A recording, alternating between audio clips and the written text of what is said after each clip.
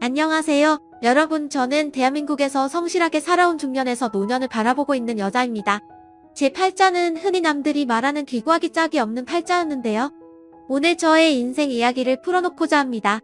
저는 시골에서 농사 지으시는 부모님 밑에서 태어나 중학교를 다니다가 그만두고 집안일을 돕다 친척 언니의 중매로 결혼을 했습니다.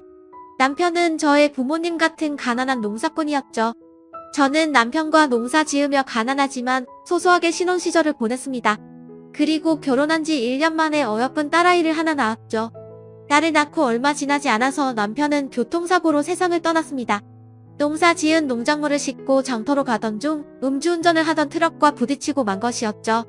연락을 받고 응급실로 급하게 뛰어갔을 때는 이미 남편은 싸늘한 시신이 되어 하얀 병원 침대에 누워있던군요.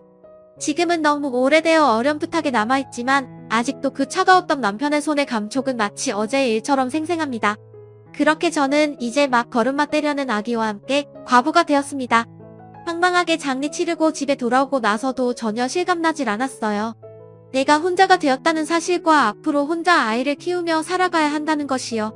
그러나 저는 그대로 죽을 순 없었어요. 제 옆에 꼬물거리며 살아있는 아기가 저에게 배고프다고 울고 기저귀를 갈아달라고 울었으니까요. 저는 이 생명을 지켜내야만 했습니다. 그래서 남편이 죽고 난 지 한 달 후부터 정신을 차리려고 애를 쓰면서 필사적으로 여러 가지 일을 했어요. 마을 분들은 저를 딱하게 여겨 바느질거리 등 소일거리를 저에게 많이 주셨고 불러주는 곳이면 어디든 아기를 업고 달려가 일을 했어요. 다행히 아기는 많이 아프지 않고 잘 커주었죠. 하루 종일 온갖 잡다한 일을 하느라 온몸이 아파도 아기가 저에게 웃으며 안기는 모습을 보면 모든 피로가 녹아내리는 듯 했습니다. 그렇게 저는 딸과 함께 살아갔죠. 아무래도 계속 일을 하기 위해 아기를 데리고 다니기 버거워서 저는 친정부근으로 갔습니다. 그리고 정피치 못할 때는 아기를 부모님께 맡기고 계속 일을 했죠. 힘들고 힘든 4월이었습니다. 아기 봐주시는 부모님 앞에서 힘든 내색을 할 수도 없었고 저만 기다리는 우리 딸에게 약한 모습을 보일 수도 없었죠. 그래서 많이 힘든 날에는 혼자 물컵에 소주를 따라 마시면서 저는 웃으려고 이악 물며 살았어요. 지금 생각해보면 젊고 우리 딸이 예쁘던 그때가 참 좋은 시절이었는데 그땐 왜 그렇게 힘들기만 했는지. 세월이 흘러 딸아이가 학교 들어갈 나이가 되자 전 도시로 이사를 했어요. 좀 더 나은 환경에서 아이를 학교 보내고 싶었거든요. 시골에서 소유거리하면서 실력이 늘어 미싱이를 구하고 공장에 취직했습니다. 공장 언니들은 혼자 아이 키우는 제 처지를 딱하게 여겨 터세를 부리지도 않고 저에게 잘 대해주었어요. 그렇게 제 생활은 점점 안정을 찾아갔죠. 미싱이를 하면서 저는 딸을 대학까지 보냈습니다. 우리 딸은 성실하고 평범하게 대학에 갔어요. 그리고 대학 동아리에서 만난 남자친구와 결혼을 하고 싶다며 저에게 인사를 받죠. 딸이 남친이라는 사람은 키가 크고 호리호리하고 순하게 생긴 청년이었어요. 청년은 저에게 90도 인사했습니다. 안녕하세요. 저는 김진호라고 합니다. 아, 어서 와요. 우리 딸한테 이야기 많이 들었어요. 그래, 둘이 결혼까지 생각한다고 하던데 부모님은 뭐 하시나요? 청년은 갑자기 부모님 이야기를 묻자 잠시 머뭇거렸어요. 제 딸은 그 청년의 어깨에 손을 올리며 청년을 다독이더군요. 아, 네. 제 부모님은 교통사고로 제가 중학생 때 돌아가셨습니다. 저는 뭐라 할 말이 없었습니다. 중학생 때부터 혼자 살아왔을 청년의 인생이 얼마나 고단했을지 눈에 보일 듯 선명하게 느껴져 안쓰러웠어요. 또 이런 생각하면 안 되지만 내 딸만은 좋은 시부모 만나고 고생 안 하고 살길 바라는 이기적인 부모의 마음에서 사위로 맞고 싶지 않은 마음도 들었죠. 저는 더 이상 아무 말 않고 불고기며 밑반찬 등을 꺼내어 청년과 함께 식사를 했습니다. 청년은 전기과를 졸업하고 현재 전기 점검하는 일을 한다고 했어요. 수입은 그럭저럭 괜찮았고요. 나름 노력해서 전셋집 얻을 돈 정도는 마련해 두었다고 하며 청년은 저에게 제 딸과 결혼하고 싶다고 했습니다. 그날 저녁 저는 딸을 불러서 물어봤어요. 정말 그 청년하고 결혼할 거니? 부모님도 안 계시고 미래가 불안해 보이던데. 다른 사람도 만나봤으면 좋겠어. 딸은 제 말을 듣자마자 말했어요. 엄마가 그랬잖아요. 아빠가 갑자기 돌아가신 것처럼 인생엔 알 수 없는 일들이 많이 있다고요.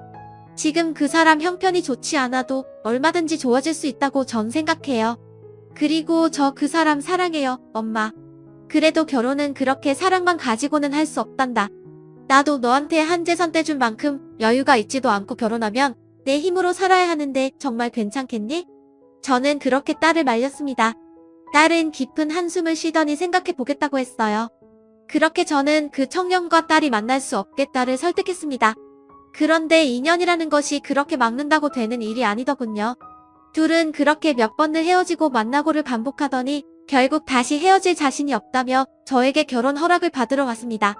저는 너무 걱정되는 부분이 많았지만 둘의 마음이 너무 확고한 것 같아 결국 결혼을 허락했죠. 결혼식하고 딸네 부부는 한동안 달콤한 신혼생활을 하는 듯 했어요. 딸은 행복이 겨운 목소리로 신랑이 퇴근할 시간에 맞춰 된장찌개를 끓이고 있다면서 뭐가 그렇게 좋은지 항상 싱글벙글이었습니다. 그렇게 1년여를 딸과 사위는 행복하게 살았어요. 그 행복한 시간이 그렇게 짧을지는 그때는 아무도 몰랐습니다. 저 역시 제 삶에 닥쳤던 고통과 맞먹는 어쩌면 더한 큰 고통이 아직 젊디 젊은 딸과 사위에게 닥칠 줄은 상상도 못했죠. 딸이 복숭아를 집 앞에서 샀는데 맛있다며 저에게 가지고 온 어느 여름이었어요. 저는 딸과 함께 복숭아를 까먹고 있었어요. 갑자기 딸의 전화가 울렸습니다. 여보세요? 네? 네, 지금 바로 갈게요. 딸은 전화를 끊더니 얼굴이 흑빛이 되어 집을 나서는 것이었어요. 얘, 무슨 일이니? 응? 왜? 엄마, 김서방이 전기 감전 사고가. 일단 다녀올게요. 딸은 허겁지겁 혼이 빠진 듯 병원으로 달려가는 것이었어요. 저는 너무 놀라서 나도 같이 가자며 황급히 딸을 따라 나섰습니다. 택시를 타고 허겁지겁 응급실로 도착하니 이미 수술 준비를 마쳤다며 병원에서는 딸에게 서명을 하라고 했습니다. 응급수술을 할 건데 생명에 지장 있을지도 모른다는 서류였죠. 딸은 수술을 얼른 해야 한다는 말에 사시나무처럼 손을 떨며 동의서에 사인했어요. 그리고 8시간 정도가 흘렀습니다. 저와 딸은 초조하게 수술실 앞에서 사위를 기다렸죠. 마침내 침대에 누운 채 붕대가 칭칭 감긴 사위의 모습이 나타났습니다.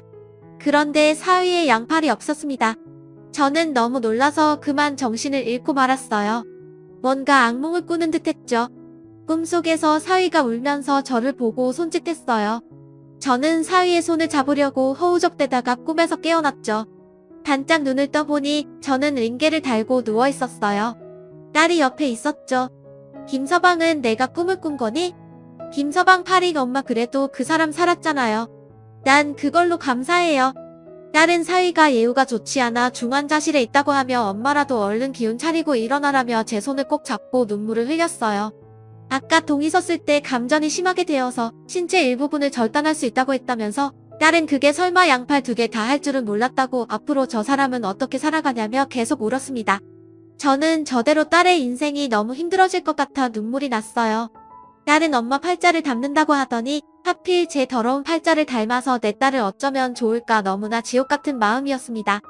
그렇게 사위는 중환자실에 있다가 겨우 회복하여 일반 병실로 옮기고 의식을 회복하고 또 오랜 기간 병원에서 보냈어요. 다행히 보험이 있어 적용을 받고 막대한 병원비는 보험료로 낼 수 있었죠. 그러나 사위의 눈동자는 아무런 의욕 없이 항상 흐려 있었습니다. 혼자서는 이제 화장실 가는 것도 밥 먹는 것도 쉽지 않았죠. 양팔이 없었으니까요. 저는 미시기를 계속 나가야 했기에 딸은 간병인과 함께 사위를 돌아가며 돌보았습니다. 그리고 생계를 위해 딸은 일자리를 구했죠. 더 이상 사위가 일을 할 수 없었으니까요. 딸은 학습지 교사 일을 시작했습니다. 유치원생이나 초등학생 아이들을 데리고 한글 수업이나 사고력 수업 등을 한다고 했어요. 잘은 모르지만 학생 한 명이 등록할 때마다 인센티비를 받는다고 했죠. 딸은 아침부터 저녁까지 쉬지 않고 돌아다니며 학생들과 수업하고 또 저녁에는 병원으로 가 사위를 돌보았습니다. 그렇게 몇 년의 시간이 흘렀죠. 저는 저대로 딸은 딸대로 바쁘게 살아갔습니다. 저는 사위의 모습을 참아보기가 힘들어 한동안 사위를 보러 가지 않았다가 시간이 지나면서 가끔 과일을 깎아주러 병실을 들르기도 하고 간식을 사가기도 했어요. 이기적인 생각에 사위가 딸을 그만 놔주었으면 좋겠다는 생각도 들었어요. 아기도 없는데 평생 사위 치닥거리만 할 딸이 너무나 불쌍했거든요. 그런데 이런 제 생각은 제 딸에게 또 다른 불행이 닥치면서 바뀌게 되었습니다. 바쁘게 일하던 딸이 어느 날 저에게 말하는 것이었어요. 엄마, 잘 듣는 소화제 있어요? 아휴, 요새 너무 소화가 안 되고 속이 아픈데 불규칙하게 밥 먹어서 그런가? 너무 소화가 안 되면 병원 가서 내시경을 한번 해보면 어떠니?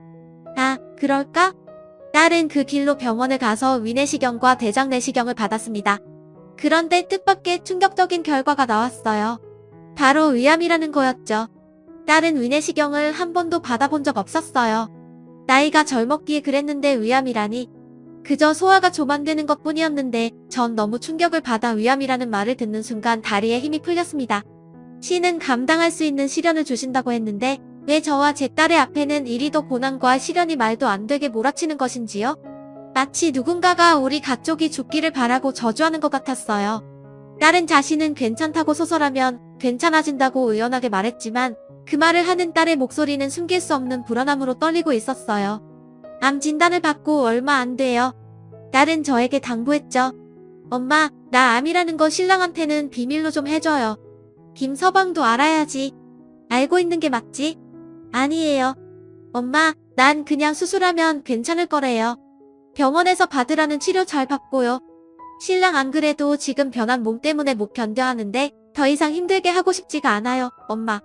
저는 끝까지 다른 사람들을 먼저 생각하는 딸 아이의 고운 마음에 가슴이 천갈래 만갈래로 찢어지는 듯 했어요. 차라리 나를 아프게 하시지. 왜 이렇게 점디 젊은 부부에게 이런 시련을 주시는지. 하루에도 몇 번씩 신에게 애원했다가 욕을 했다가 마치 정신 나간 사람처럼 그렇게 저는 딸에게 닥친 현실을 받아들이기 힘들어 발버둥을 쳤죠. 딸은 신랑에겐 비밀로 하고 다른 일로 지방에 다녀오겠다 하고서는 수술을 하고 입원을 했습니다. 저는 딸이 입원한 기간 동안 사위를 보살펴 주었죠. 사위는 이제야 팔이 없어진 자신의 몸에 적응한 듯 싶었어요. 그래도 다리는 멀쩡해서 잘 걸어다녔고 새로 맞춘 의수에도 적응이 비교적 잘 되고 있었어요. 얼른 재활을 마치고 의수를 가지고도 할 수 있는 기술직을 찾아 직업을 다시 갖겠다는 것이 사위의 목표였습니다. 딸이 지방에 일 때문에 가겠다고 하고 연락이 안 되자 사위는 눈에 띄게 불안해했어요. 저에게 딸이 언제 오느냐고 어머님과는 연락이 되느냐고 묻기도 하고 또 대답이 없는 딸의 전화에 계속 전화를 걸기도 했습니다. 딸도 계속 수술 이후 컨디션이 좋지 않아 연락을 못 받은 것이었는데 사위 얼굴이 날이 갈수록 흑빛이 되는 것이 뭔가 단단히 오해한 듯 싶었어요. 어머님, 저 드릴 말씀이 있습니다. 김서방, 무슨 일인가? 어머님, 저 이제 그만 정의 곁을 떠나려고 합니다. 아니, 그게 무슨 말인가? 갑자기? 제 생각엔 요즘 정의가 연락이 잘 안 되는 것이 저 때문에 지쳐서인 것 같습니다. 팔도 없는 이런 몸이 된 제가 염치 없게 너무 오래 정에 고생만 시키고 붙잡아놨던 것 같아요. 우리 둘 사이에 아이가 있는 것도 아니고 이제 그만 보내주는 게 제 도리일 것 같습니다. 아니, 자네 가더라도 정의 이야기는 들어보고 가야지. 이렇게 일방적으로 이야기하면 어쩌는가? 그럼 제가 뭘 어떻게 할 수 있겠습니까? 팔도 없고 손가락도 없는 이런 몸으로 제가 뭘 할 수 있겠어요? 장모님, 그냥 제가 헤어져 주는 게 장모님도 정혜 씨도 속 편한 일이잖아요. 사회는 갑자기 방문의 머리를 쿵쿵 찌르며 소리를 지르며 울었어요. 그 울부짖음을 듣고 있자니 눈앞이 아득해지는 기분이었어요. 사회가 단단히 오해했구나. 이 일을 어떡하지? 그렇다고 암이라고 솔직히 말한 듯 나아질 상황이 있을까? 괜히 서로 더 힘들어지는 건 아닐지? 저는 생각이 많아졌습니다. 일단 진정하게 내가 딸에게 다시 연락해 볼 테니 좀 기다리고 있게나. 자네를 저버리려고 그런 건 아닐 걸세? 제발 내 말 좀 믿어. 저는 사위를 진정시켜놓고 병원에 있을 딸에게 전화를 걸었어요. 그리고 딸에게 그냥 사실대로 말하자고 사위가 오해했다고 했죠. 딸은 울음을 삼키는 듯 하더니 그러면 내가 직접 이야기할 테니 엄마는 기다려달라고 부탁했습니다. 딸은 그렇게 되고 나서 저는 딸의 집에 들어와 있었어요. 살림을 합쳐 사회를 제가 간병인과 함께 돌보고 있었죠. 딸은 전화를 걸어 암에 걸렸단 이야기를 털어놓을 생각인 것 같았습니다. 아는 아달까 사회에게 전화가 오는 것 같길래 저는 두 사람이 대화를 잘 나눌 수 있도록 자리를 피해주는 것이 맞다고 생각되어 잠시 두부 사러 나갔다 오겠다고 거짓말하고 집 밖으로 나섰어요. 계절은 가을에서 겨울로 넘어가는 제법 쌀쌀한 바람이 불어오는 때였는데 어찌나 하염없이 눈물이 나는지 저는 가디건을 치켜 세우며 추위를 피하려 했지만 눈가에 흘러내리고 있는 눈물 때문인지 너무나 차갑고 차가운 날이었습니다. 온몸이 떨리고 추워서인지 슬퍼서인지 눈물이 계속 쏟아지더군요. 사람의 인생이라는 것이 왜 이렇게 쓰리고 아픈 것인지 저는 핸드폰 속에 넣어두었던 두 사람의 결혼 사진을 보았어요. 아직 팔이 멀쩡한 사위가 제 딸의 어깨를 감싸 안고 두 사람이 활짝 미소 짓고 있는 모습 행복의 한가운데 있는 듯한 그 미소가 제 가슴을 더욱 아리게 했습니다. 그렇게 저는 하염없이 울며 차가운 거리를 떠돌다가 집으로 돌아갔죠. 사위는 딸과 어떤 대화를 했을까? 저는 용기를 내서 현관문을 열고 집 안으로 들어갔습니다. 아니, 이보게. 세상에. 그런데 이게 무슨 일일까요? 사위가 어떻게 한 것인지 유리물병을 깨서 자해를 하고 피를 흘리며 쓰러져 있었어요. 아직 익숙하지 않은 의수로 그런 짓을 한 것인지 사위는 피를 흘리며 정신을 잃고 있었죠. 여보세요? 119조? 사람이 다쳤어요. 저는 그렇게 사위를 데리고 병원 응급실을 갔습니다.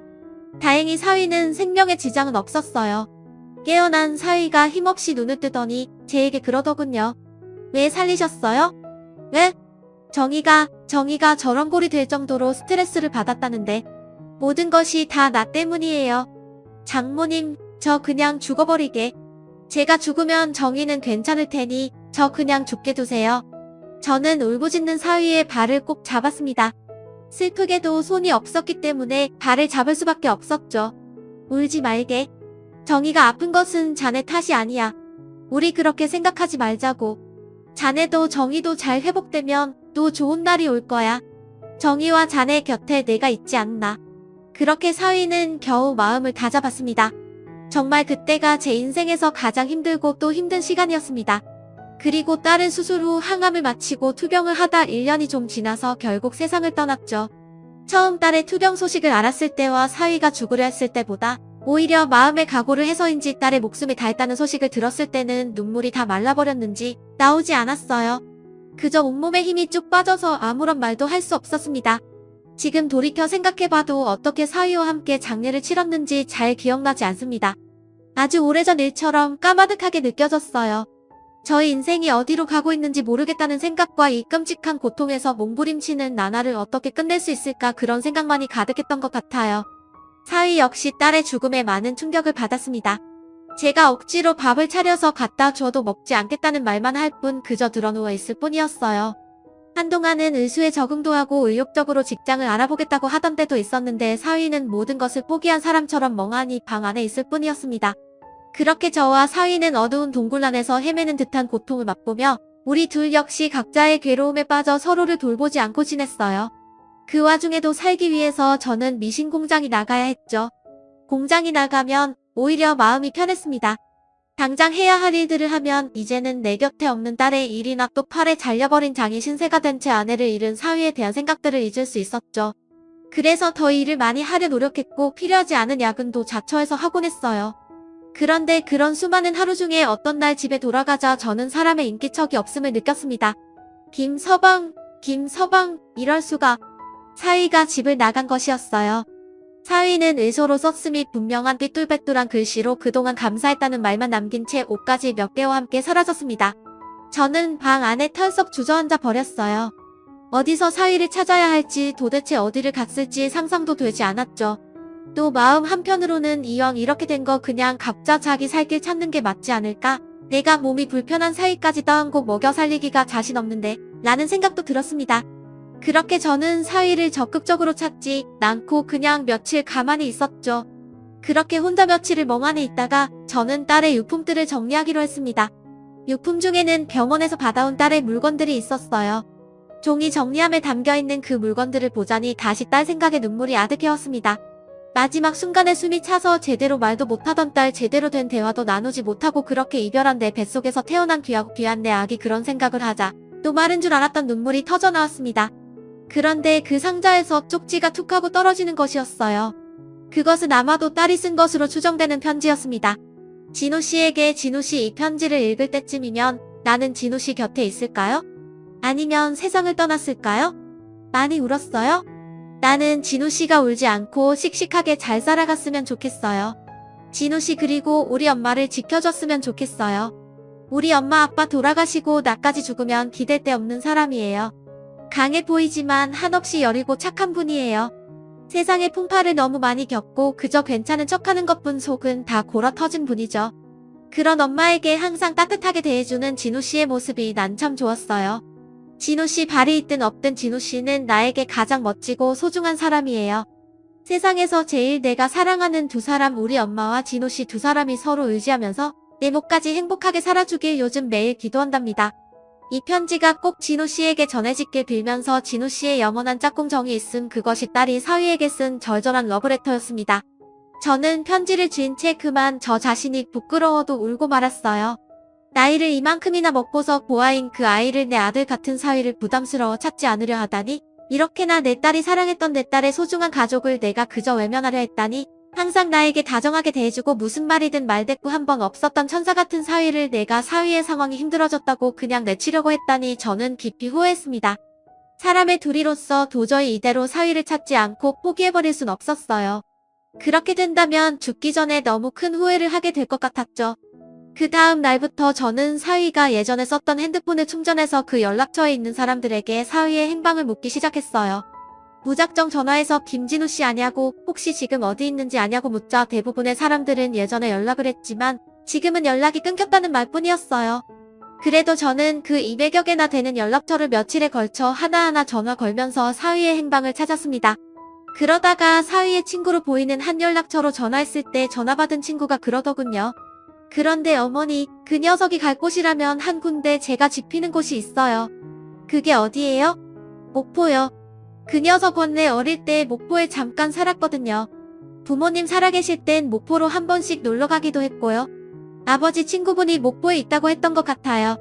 저도 최근에 연락받은 것 없어서 잘 모르지만 아마 목포에 있을 것 같아요. 저는 그 길로 회사 휴가를 내고 목포행 고속버스를 탔습니다. 그리고 목포에 도착해 시장을 돌아다니며 혹시 그날 일용직을 구하는 사무실이나 그런 아르바이트를 할 사람은 어디서 구하냐고 물었어요. 아무리 생각해도 돈이 얼마 없을 사위가 이곳에 있다면 일자리를 구하려 했을 것 같아서요. 그리고 팔이 없는 의수를 한 사내에 대해 혹시 아는 것이 있냐고도 묻고 다녔습니다. 그렇게 하루 종일 떠돌아다니다가 저는 너무 지쳐서 한 횟집에 들어갔어요. 오늘 사위를 찾기엔 글렀고 그냥 허기진배를 달래려 요기를 하고 여간방이나 구해서 하루 자야겠다고 생각했어요. 그때였어요. 옆 테이블에 사람들이 하는 이야기가 들려왔죠. 그 새로운 김씨 총각 봤어? 아, 오늘 바다에 뛰어들려고 한 거 아닌감? 아, 그렇지? 내가 잘못 본 거 아니지? 아니, 몸도 불편한 장애인이 무슨 술을 매일 그리 마시네? 내가 그만 좀 마시라고 하니까 자기 일에 상관하지 말라고 하던데? 저는 벌떡 자리에서 일어났습니다. 드디어 사위를 찾았어요. 저는 그분들에게 그 사람 어디 있냐고 다그쳐 물어 사위가 잠시 지내고 있다는 민박집을 찾아갔죠. 그리고 사위의 얼굴을 볼 자신이 없어 사위가 있다는 방 안으로 딸의 편지를 집어넣었어요. 그 편지 뒷면에 적어두었죠. 나를 버리지 않고 같이 살아줄 수 있는 땡땡 여관으로 오라고. 그리고 그 다음날 저는 여관에서 하루 종일 사위를 기다렸습니다. 혹시 사위가 오지 않더라도 딸의 마음을 전했으니 그걸로 일단 제 할 도리는 했다는 생각이었어요. 그런데 마치 기적같이 사위가 똑똑하고 여관방 문을 두드려 주었어요.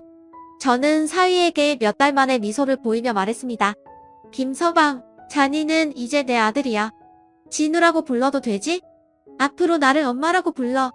우리 먼저 간 정이모까지 행복하게 샀세. 장모님, 엄마라고 해야지. 엄마, 내 엄마. 그렇게 사위와 저는 엄마와 아들이 되었습니다. 함께 서울로 돌아와 저는 미신 공장을 열심히 나갔고 사위는 사위대로 재활을 열심히 했어요.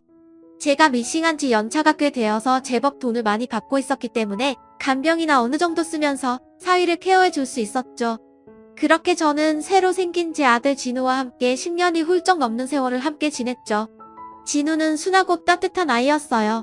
전 나중에는 진심으로 진우가 새장가를 가길 바랐습니다.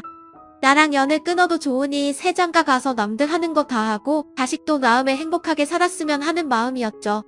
그러나 진우는 자신은 정이 하나 가슴에 품고 사면 된다며 딱 잘라 그런 이야기를 거절하는 것이었어요. 그런 일로 가끔 말다툼하는 것을 빼면 우리는 사이좋은 모자였습니다. 오랜 세월 의수를 쓰다 보니 이제 제법 의수 사용이 능숙해진 진우는 자신이 도움을 많이 받았던 후원단체에 자신도 뭔가 도움이 되고 싶다며 봉사활동을 나가기도 했어요.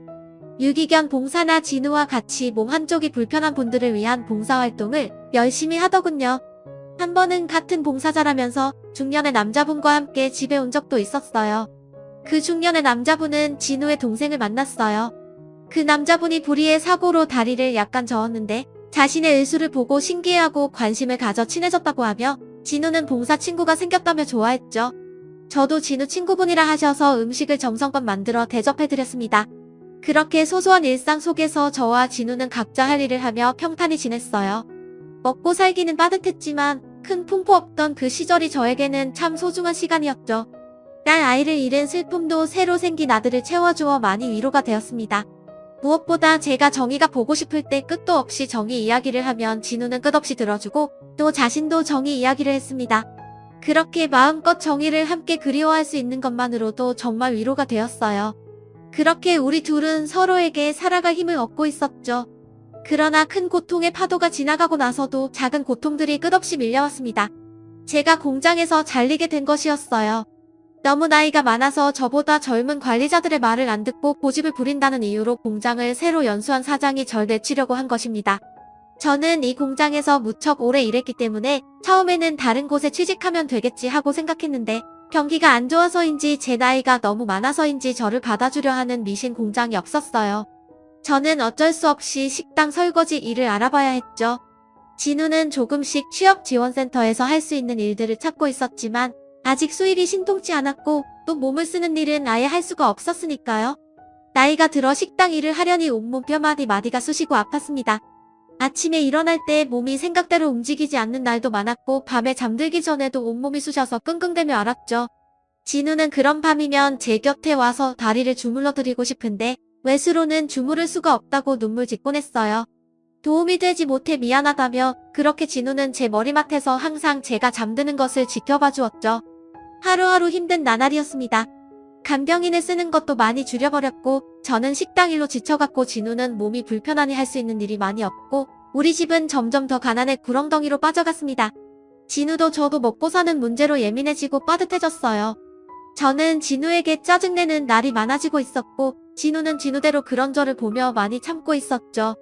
하루는 너무 힘들고 고통스러워서 어떻게 하면 편하게 죽을 수 있을까 진우에게도 물어가서 우리 두 사람이 함께 세상을 뜬다면 어떨까 그런 생각으로 마트에서 농약을 사서 집으로 갔습니다. 그리고 진우에게 내밀었죠. 진우야 엄마가 생각을 해봤는데 우리 한 날 1시에 뜨는 게 어떠니? 엄마, 정희가 다 보고 있어요. 그러지 마세요. 다음 달이면 우리 생활비가 바닥날 거야. 진우야 그냥 이게 현명한 걸지도 몰라. 진우야 엄마 돈 낳을 다른 방법도 없지 않니? 어디 빌려서 갚을 수 있는 것도 아니고 나는 늙고 너는 몸이 불편한데 진우는 제가 악다군 일했었자 아무 말도 없이 바쁘게 살았어요. 그래서 방문을 닫더군요. 그리고 다음 날 진우는 저에게 말했어요. 제가 언젠가 죽으려고 했을 때 엄마가 그랬죠. 정희 뭐까지 행복하게 살자고. 엄마 정희가 이런 우리 모습을 보면 어떻게 생각하겠어요. 제발 기운 내세요.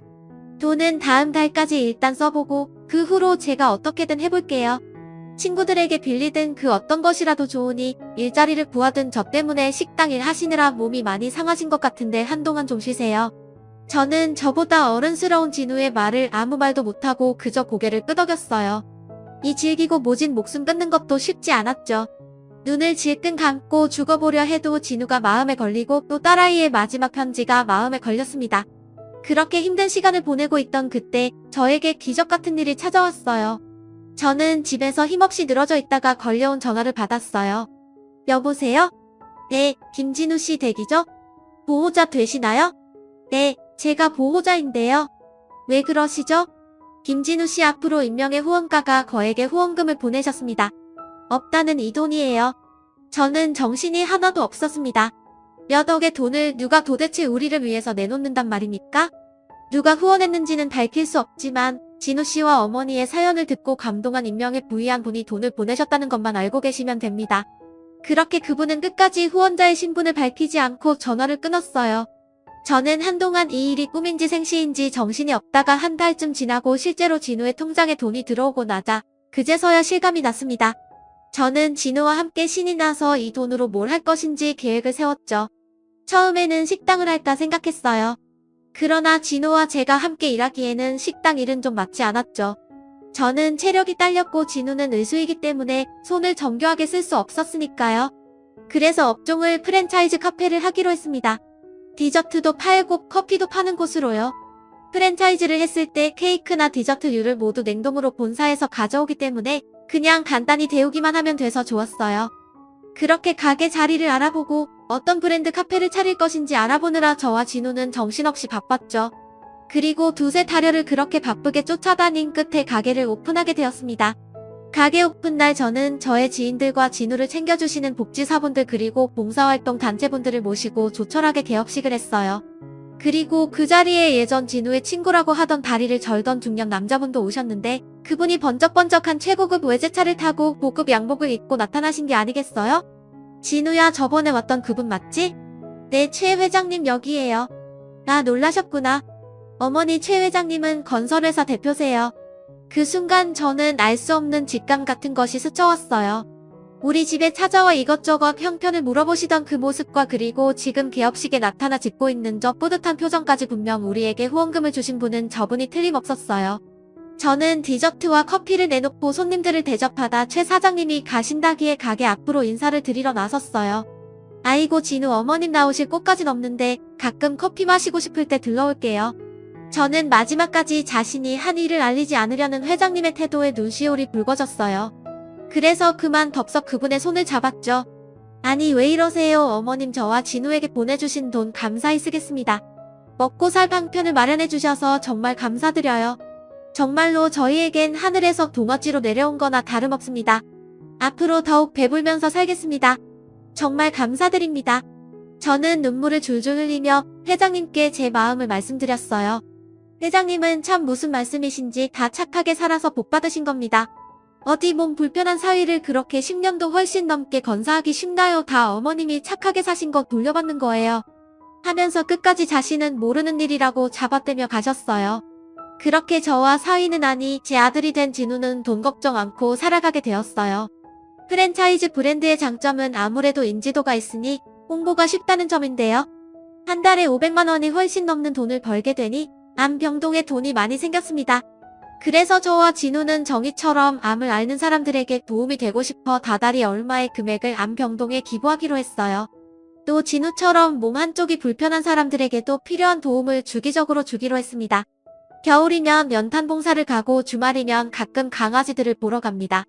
진우와 이렇게 함께 봉사하며 지내는 요즘 같은 나날들이 사람들은 이제 겨우 형편이 나아졌는데 왜 다 퍼주고 다니냐고 하지만 저는 제가 다른 사람에게 베푼 만큼 다시 저와 진우에게 돌아온다고 믿기 때문입니다. 여러분은 이런 저의 생각을 어떻게 생각하시나요?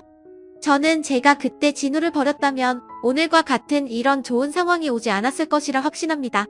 그러니까 인과응보라든가 사필귀정이라는 한자 성우들이 있지 않겠어요? 갑자기 무슨 한자 성우냐고요? 아, 제가 공부가 짧은 것이 한이 되어서 요즘 한자 성어 배우는 수업을 듣고 있어요. 뒤늦게 시작한 공부라 그런지 너무 즐겁고 재미있습니다. 여러분도 나이 들수록 남을 돕고 베푸는 삶을 한번 살아보시는 건 어떨까요? 저는 오늘도 제 딸 정희에게 부끄럽지 않게 하루하루 보내려고 노력하면서 사위가 아닌 아들이 된 우리 진우와 함께 최선을 다해 살아가고 있습니다. 몸의 장애보다 결국 큰 것은 나는 안 돼, 못하겠어, 이런 마음의 장애가 아닐까요? 제 굴곡진 삶의 이야기 들어보시니까 어떠셨나요? 조금이나마 힘든 인생살이에 제 이야기가 위로가 되었길 바랍니다. 그럼 모두 행복한 하루 보내세요. 감사합니다.